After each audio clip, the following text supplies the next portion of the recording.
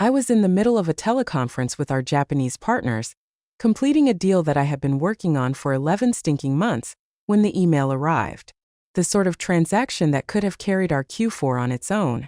When my screen dinged with the subject line, Urgent Role Termination Notification, I was grinning, truly foolishly grinning. I took a while to open it. I believed it to be phishing, an error, or perhaps a badly pulled April Fool's joke in August. The email lay there like a silent, tiny knife ready to twist as the voice on the other end continued to speak in clipped, courteous English, and I continued to nod. I muted myself and clicked it open. It was authentic. Ethan Grant, the COO, said in 2 lines, "Your function is no longer necessary because of structural restructuring. By 5 p.m., please empty your workstation. Today. The next 14 business days will see the deposit of your last paycheck." I gazed at it. Something froze beneath my skin. Not upset, not depressed, just silent. The calm before a thunderclap, of course. I unmuted. "We'll proceed according to Tokyo's demands." I hung up after saying, "I'll send the paperwork by the end of the day." That paperwork would not be sent to them. No more. I entered the woman's room, locked the door, and took a look at myself in the mirror. The mirror gazed back. Flawless lipstick, a fresh blouse from the morning steam, and an unreadable look. Did not cry. I refrained from screaming. I just tapped once after reaching inside my phone and scrolling to the Archangel Protocol encrypted folder. Silently, a progress wheel turned. There were no loud noises or dramatic alarms, just a system-wide shutdown that covered all they had ever believed they possessed like a fog. I packed carefully and slowly once I was back in my office. The important stuff. My grandfather's fountain pen from 1922. My old ID card from university. A chess pawn-shaped stone paperweight. And the framed picture of my kid, who is now grown up and deployed abroad, still believing his mother is a marketing executive. I didn't accept the honors. Not the 12 awards for excellence in strategy. I wasn't loyal anymore. Therefore, leadership isn't the dumb crystal cube inscribed with loyalty. The screens outside started to flicker. First floor SIXS primary dashboard. Then the battle room for analytics on 8. The procurement server also went into a freeze. Everyone was logged out of the internal communications platform. The executive lounge's espresso machine glowed red and died, as did Slack, Google Drive, and SAP. I didn't have to stay, but I did witness everything fall apart.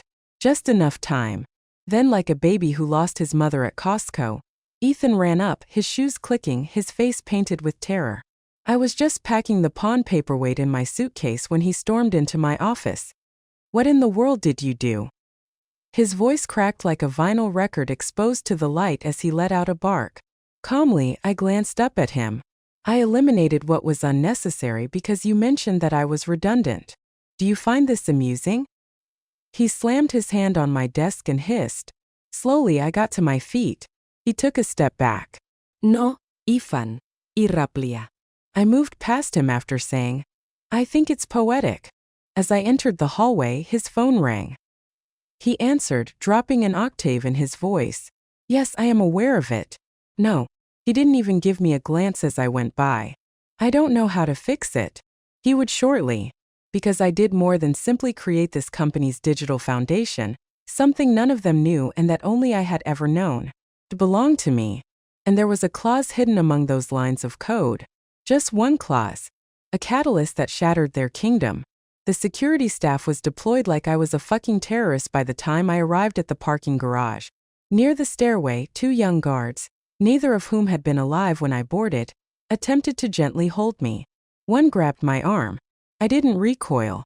"We've been asked to take you back upstairs, ma'am." I interrupted him. "No, they're rushing upstairs, unsure of what button to press next, because you've been asked to stall." He blinked. "Are you endangering the business?" Slowly and deliberately, I grinned. "No. I did it already."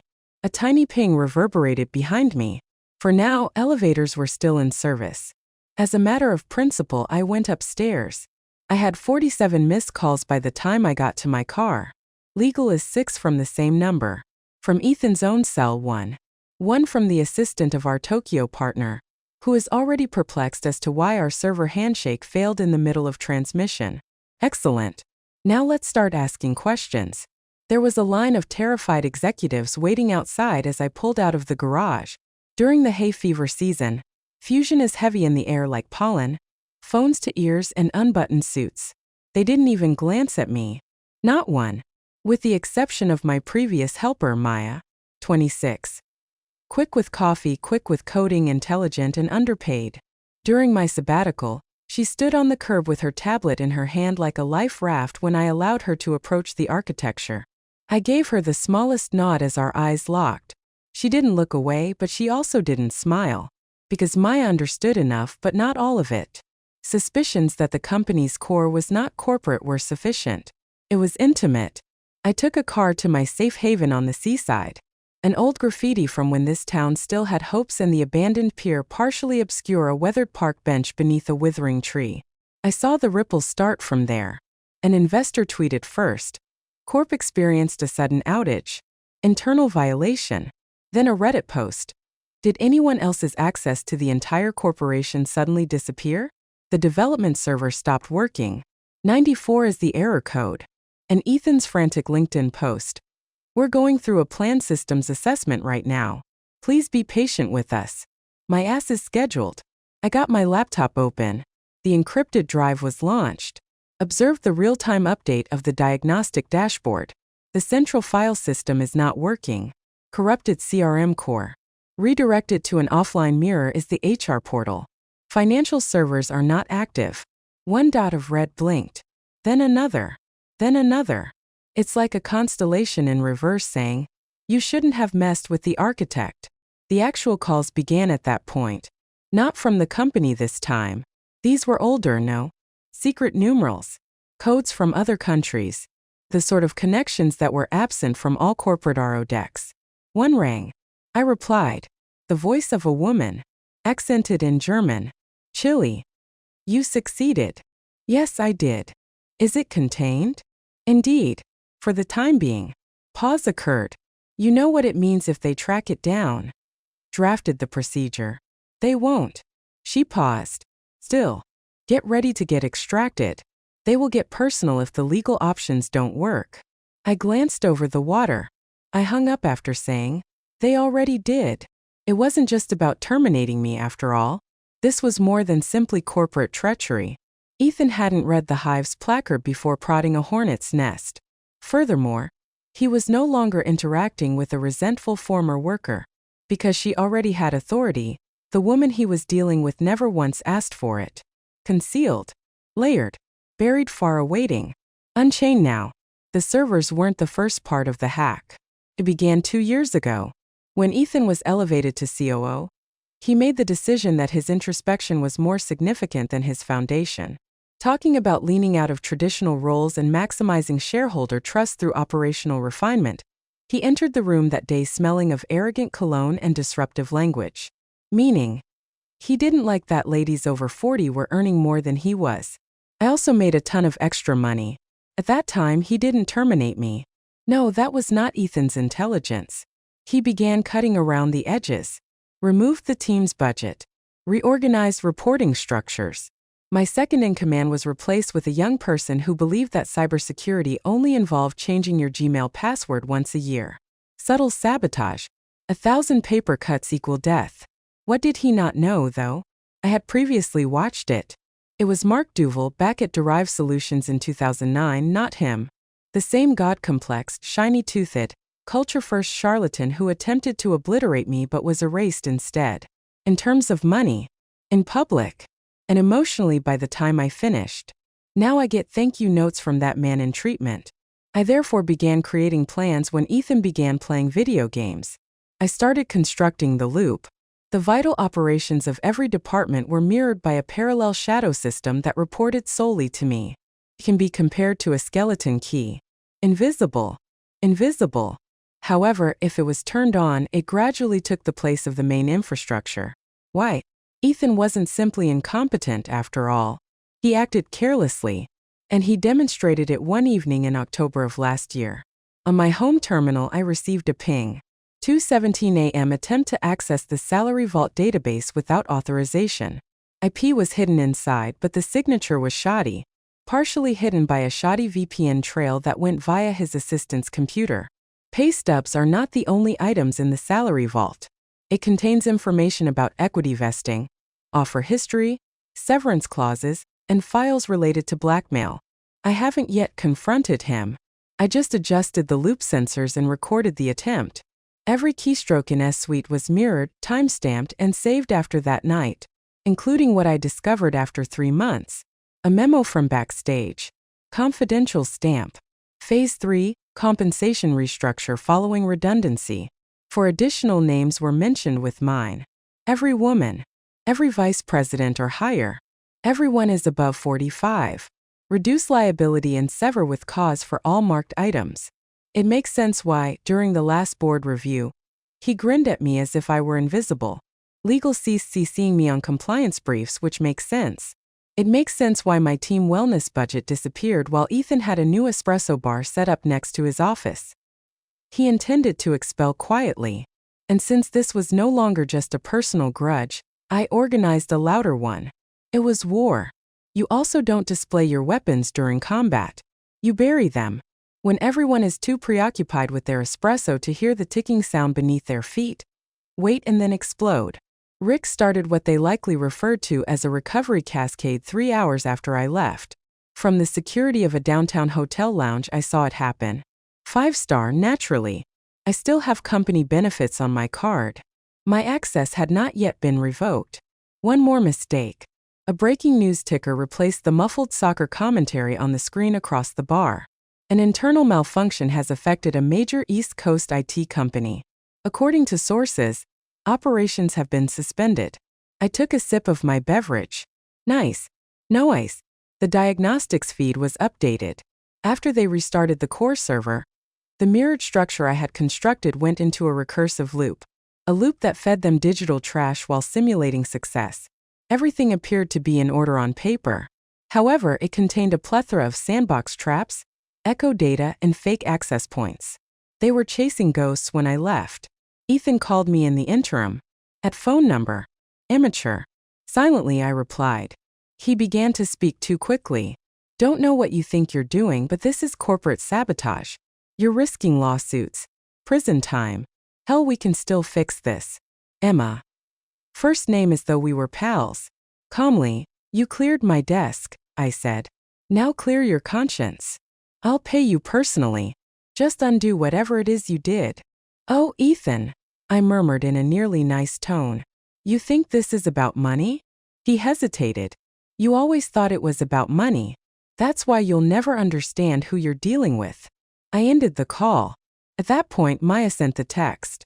Only one sentence. He's panicking. Just asked if a full unplug and dry would help. I laughed. Bitter and dry. Then I answered. Get the mirror drive out.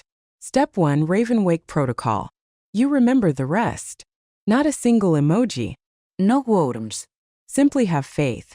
Maya wasn't only an assistant after all.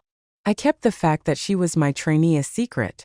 Between board meetings, after hours, war chambers, and the commotion of layoffs, I trained her.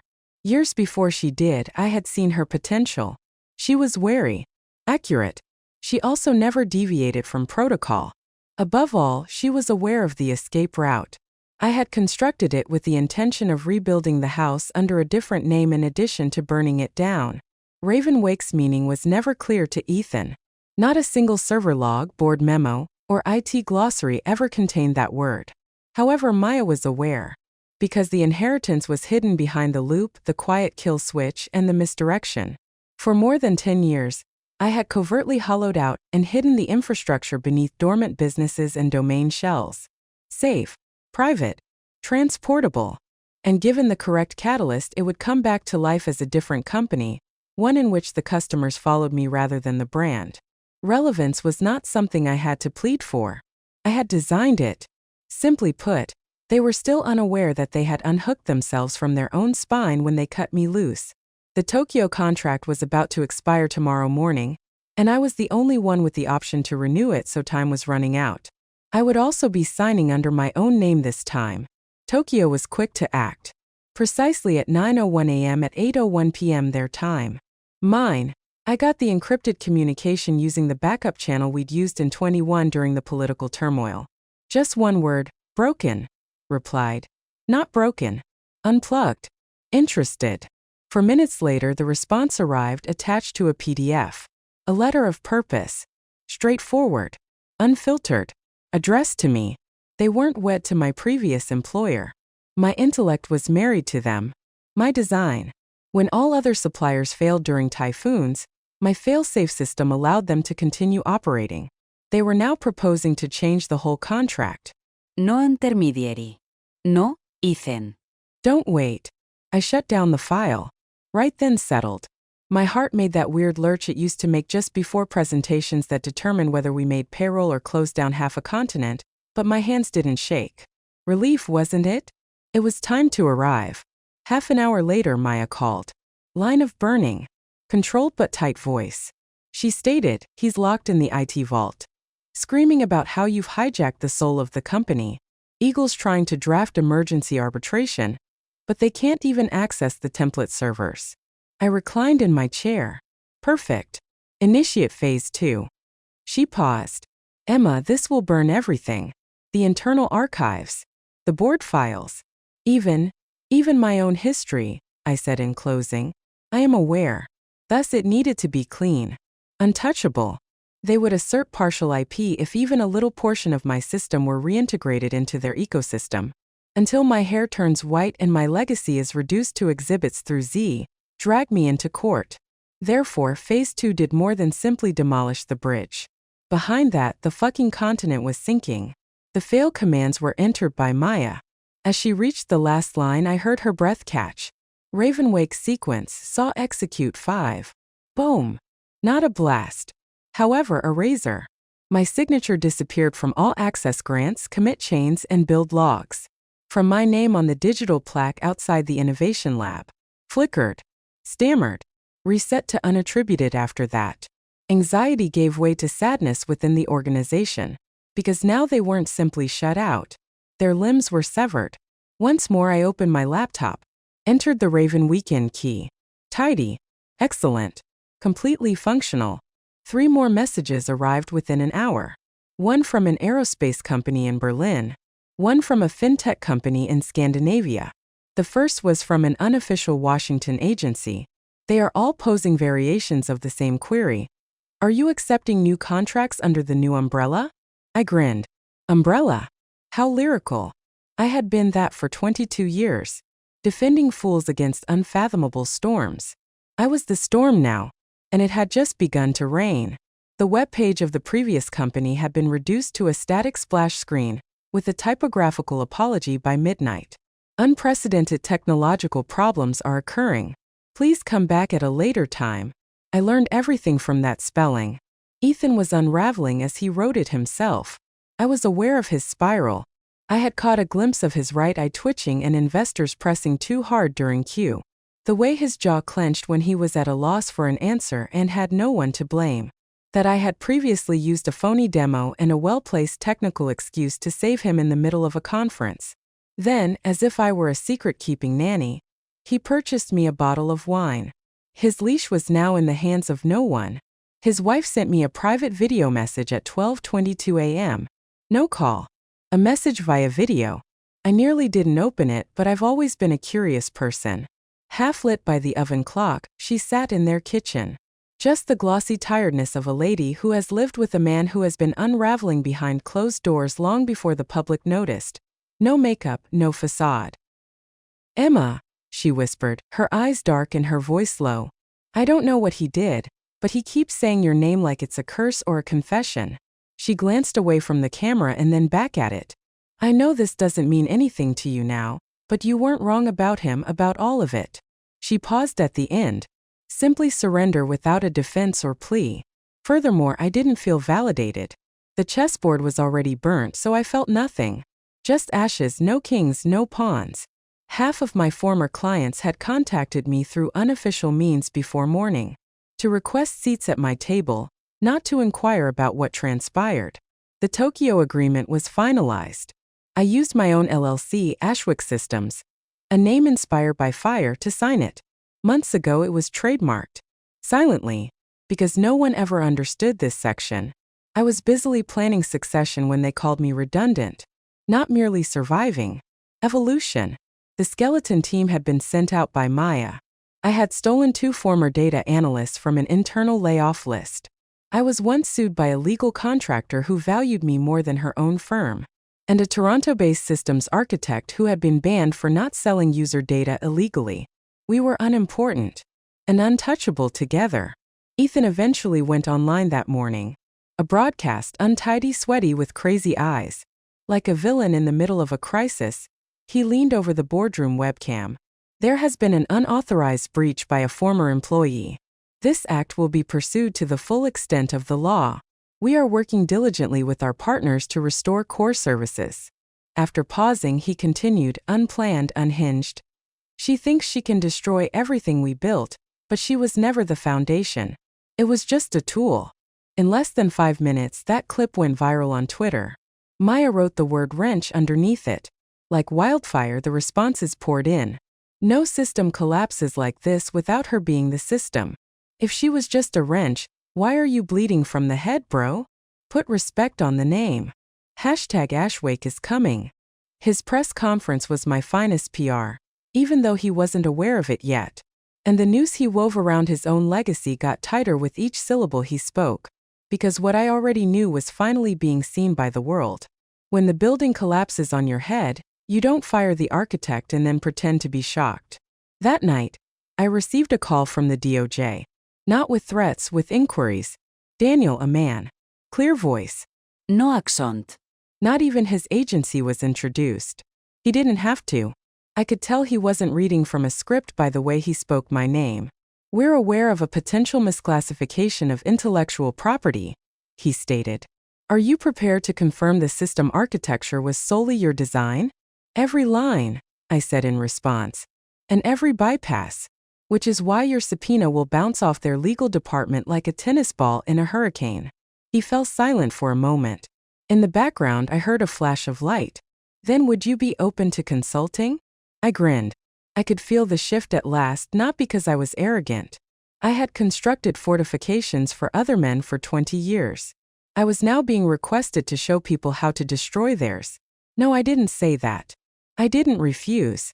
I just stated, send your questions in writing. My new counsel prefers it that way. I hung up after that. I got a message from Maya. He tried to rehire your whole team. Offered everyone double. No takers. Didn't surprise me. They had witnessed too much. Not only of Ethan. However, I stayed up beyond midnight, revised unsuccessful deployment plans, covered up departmental stupidity, and protected interns from HR reprisals while still working on back-end development at 4 a.m. I paid more so they didn't follow me.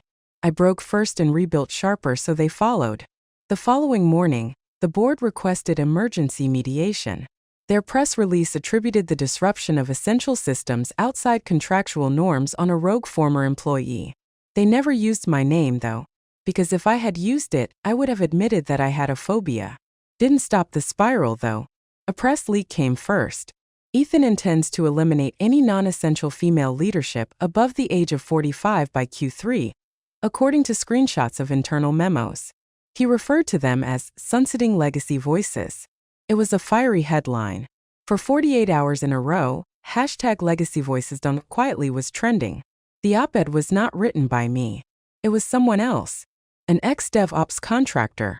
He shared with the public my experience of rerouting a DDoS attack, while holding my sons in one hand and my laptop in the other during my father's funeral. They referred to it as a myth. No, it wasn't.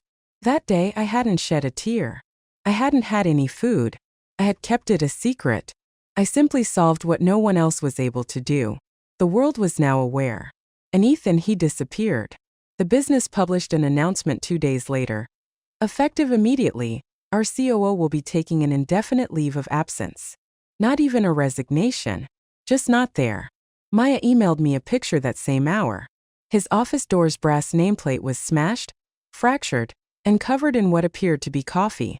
Caption: before the cleaner arrived, he departed. I suppose he was aware that it was finished. I didn't respond. I was seeing Ashwick Systems onboard its 5th client in 12 hours at that point. A 7-figure retainer has just been wired by Tokyo. No workplace. No overhead.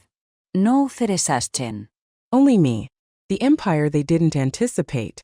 Due to the fact that it didn't dress professionally, smile at meetings, or act politely during networking brunches. It was scarred. And quiet. Code as well. At 3:14 a.m., the first press request was made. A Wired journalist who wanted to do a profile after admiring my tenacity. I removed it. Then came the identical question from TechCrunch, Forbes, and Bloomberg. Do you want to hear my version of events? No side was present. A truth existed. The wreckage came next. Ethan's empire did not burn down. Silently it rotted. The way things die when they are no longer believed in. They had to postpone their next earnings call twice. Stock tanked after freezing. Customers ran away from a drowning spreadsheet like rats.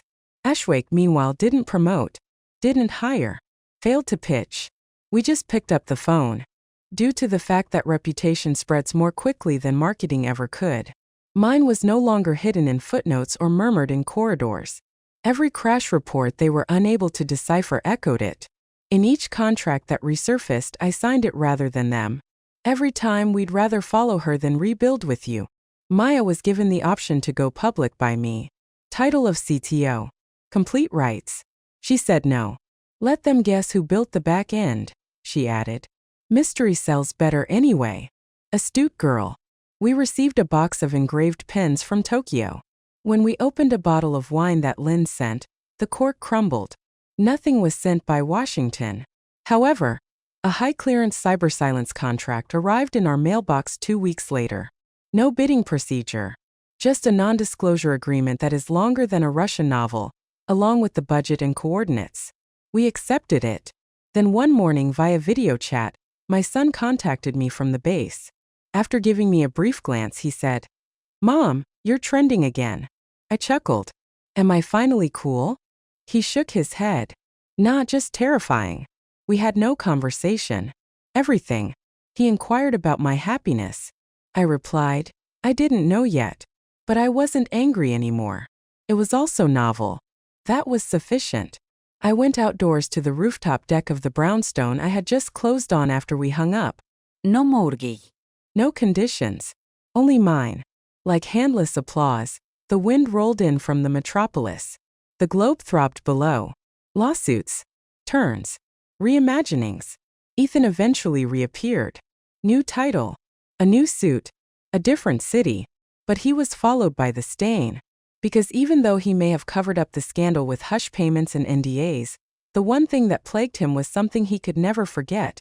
A competitor didn't outsmart him. The superfluous one outlived him. Additionally, I didn't simply leave with my retribution. I took the blueprint and left. The keys. The kingdom. And there's no plan to let someone else hold the gate.